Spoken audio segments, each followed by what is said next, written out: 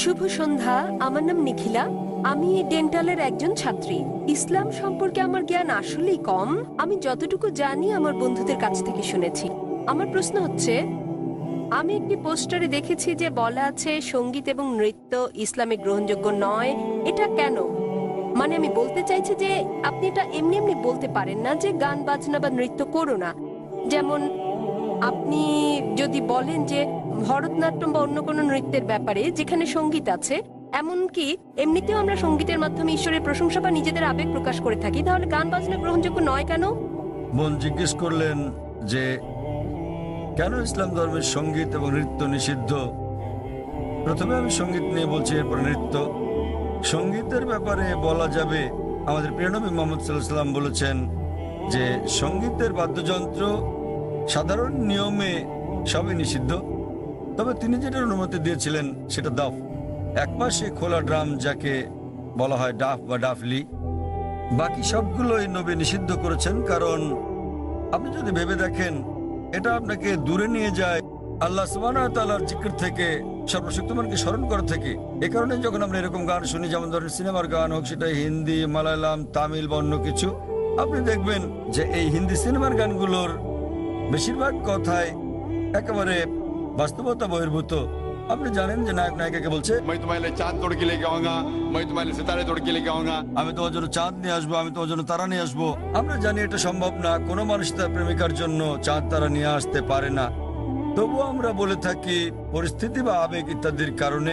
তো এই কারণে সাধারণ অনুশাসন হচ্ছে যে সঙ্গীত একজন মানুষকে আল্লাহ সুবহানাহু ওয়া তাআলার কাছ থেকে দূরে নিয়ে যায়। এ কারণে আমাদের প্রিয় নবী বাদ্যযন্ত্রকে নিষিদ্ধ করেছেন দাফ ছাড়া। অথবা সাধারণভাবে কণ্ঠস্বর, উদাহরণস্বরূপ যদি কেউ কোরআন আবৃত্তি করে তার কণ্ঠ সুন্দর, সেটা ঠিক আছে, কারণ এটা একজন মানুষকে আল্লাহ সুবহানাহু ওয়া তাআলার দিকে নিয়ে আসে।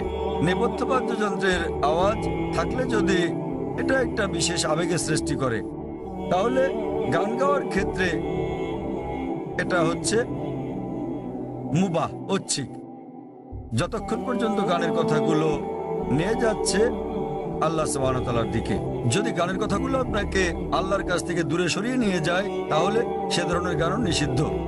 এবার আসি দ্বিতীয় ভাগে, নৃত্য করা কেন নিষিদ্ধ। কোরআনে এমন কোনো আয়াত নেই, অথবা আমার জানার মতো কোনো হাদিস নেই যেখানে বলা আছে যে নৃত্য করা হচ্ছে হারাম। কিন্তু সাধারণভাবে যেহেতু মানুষ নাচে অন্য মানুষদের দেখানোর জন্য, আপনারা জানেন যে মঞ্চে নৃত্য পরিবেশন করা হয়, যেমন ভরতনাট্যম। আপনি মঞ্চে ভরতনাট্যম করছেন আর হাজার হাজার লোক আপনাকে দেখছে। সাধারণভাবে যদি হিজাবের দিক থেকে বলি, আমরা চাইবো না যে উন্মুক্ত হোক আমাদের মহিলারা, আমাদের মায়েরা, আমাদের বোনেরা, আমাদের কন্যারা মঞ্চে উঠুক আর হাজার হাজার লোক তাদের দেখুক। তো যে কোনো পেশা যেখানে শরীরকে প্রদর্শন করা হয়ে থাকে মানুষকে বিনোদন দেওয়ার জন্য, সেটা নিষিদ্ধ। এই কারণেই মানুষজনের সামনে নাচা অথবা নাচ করা কোনো পার্টিতে যেখানে বিপরীত লিঙ্গের মানুষেরা থাকে, বেশিরভাগ ক্ষেত্রে নাচের নিয়মগুলো এগুলো ইসলামী শরিয়ার বিরুদ্ধে যায়।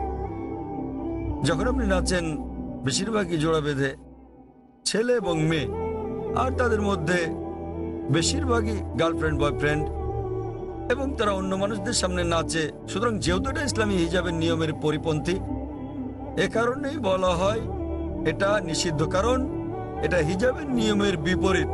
তাই বুঝতে হবে যে যখন নাচ করছেন, আপনি মানুষজনের সামনে নাচ করছেন, পার্টিতে যাচ্ছেন, আবার ঘুরে বেড়াচ্ছেন, আর না হলে শুধু স্বামী স্ত্রী মিলে যেভাবে খুশি সময় কাটাতে পারেন, যতক্ষণ এটা শরিয়ার বিরুদ্ধে না যাচ্ছে। বদ্ধ ঘরের ভেতরে স্বামী স্ত্রী মিলে যা খুশি করতে পারেন, যদি এটা কোরআন ও হাদিসের নিয়ম কানুনের বাইরে না যায়, কোনো সমস্যা নেই।